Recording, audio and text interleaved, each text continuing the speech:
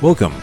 This is the speedrun build of the SDEX standard version of the RX-78-2. The SDEX standard versions are miniature, more exaggerated versions of the originals, and make for a nice, quick, easy build, since they do not require any tools.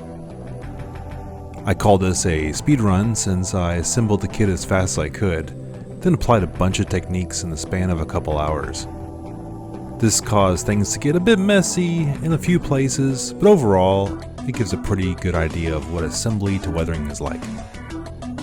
If you have any questions about any techniques that you see in this video, please leave a comment and I'll be happy to answer. Assembly went pretty smoothly. These kits generally go together without any issues and in the end look pretty good. Because no tools are required, the pieces pop off the runners really easily and cleanly. As you can see here, the head snapped together in very easy fashion.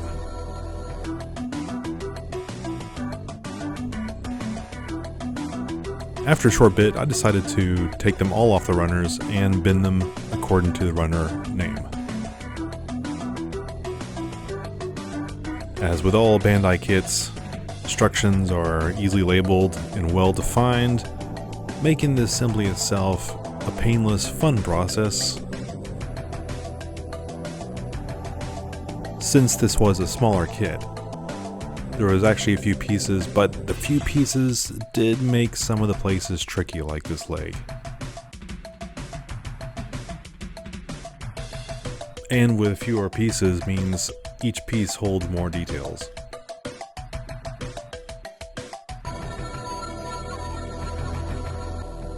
Assembly of the first unit, this was done really quickly actually, probably about 20-30 minutes.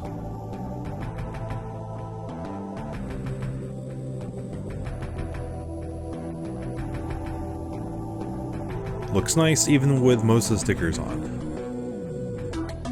Pretty fun, cute model overall. But now for weathering and detailing. Quick disassemble into the major pieces. Starting with real touch markers, I just went over all the panel lines real quickly with a marker, not caring much about making a mess.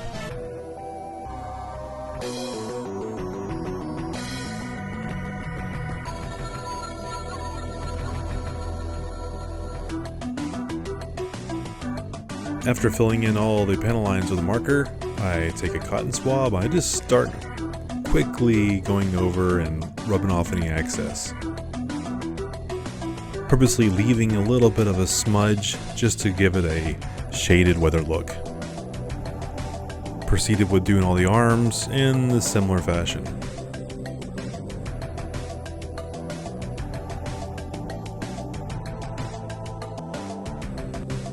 Because the arms had a lot of panel lines and were small, it made it difficult to wipe off the excess.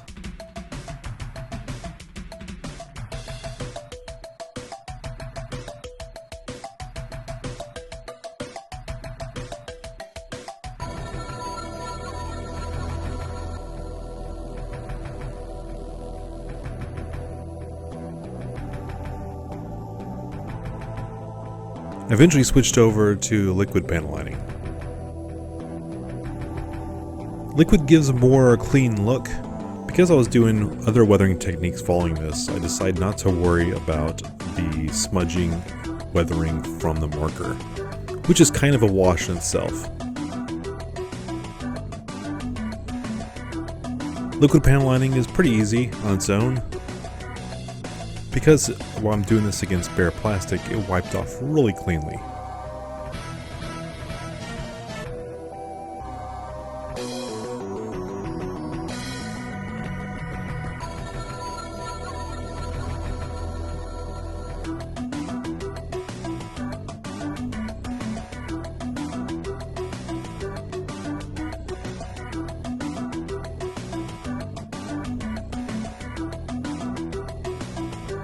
With panel lining done, I did another assembly to see where we stood.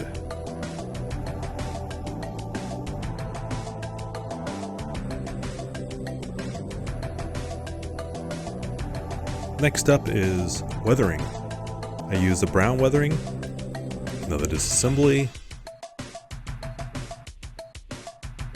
And for this, I decided to mix it 1-to-1 with some thinner. My goal here with this was to give it more of a tint, a brown tint, as if it had a slight dusting of sand. I wasn't going for any big smudges or buildup anywhere. Just a basic tint.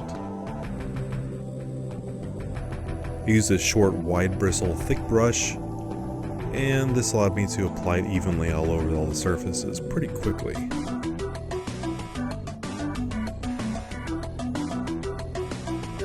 Including on top of the decals.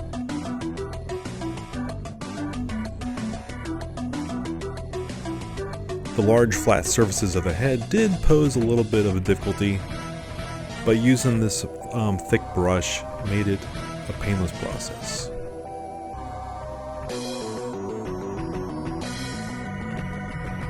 For the shield, I did slather it on a little bit thicker.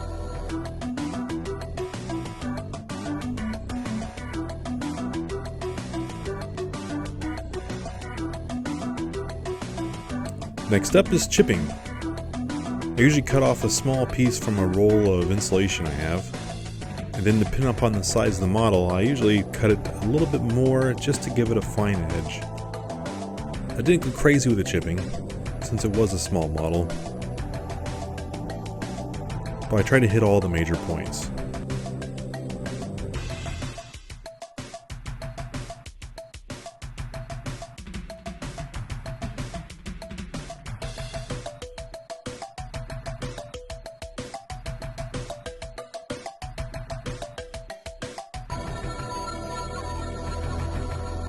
Hitting all the major corners, I was going more for highlights on this chipping.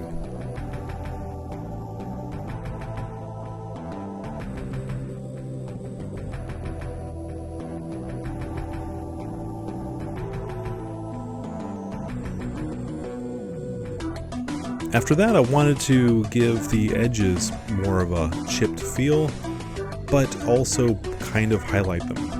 Since it was all white, most of the details found on the edges were lost. By using a toothpick, you can roll the paint off on the edges really cleanly. I was going for a sort of chipped look with this, so I didn't give them complete lines.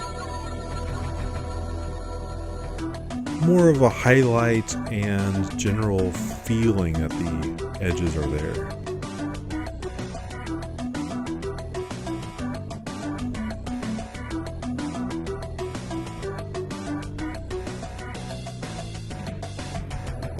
Next up, I took a brown Real Touch marker and did some rusting.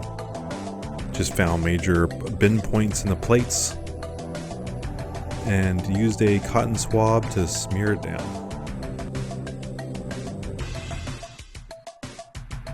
Usually you find the thick points of all your chipping and do this.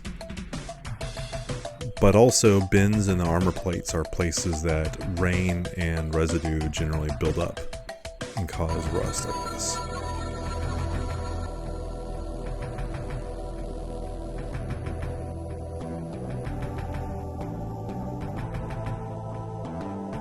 So far so good. Oops, arm fell off. And that's one problem I have with this model. The major joints of the arms and legs do get loose pretty quickly. Next, I did some silver dry brushing just to highlight the chipped metal on the major parts also. Change the arms, I had them backwards.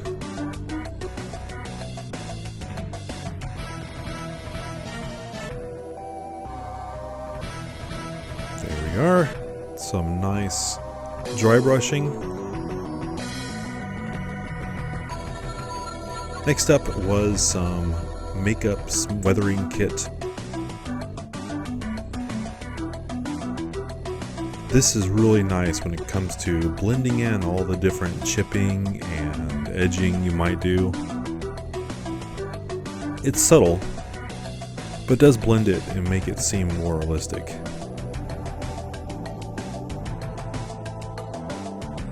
And that was my speed run, where I ran through all the techniques.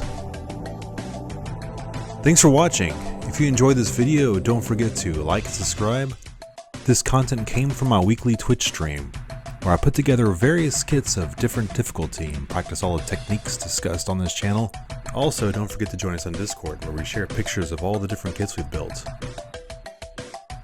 Thanks again. Have a good day.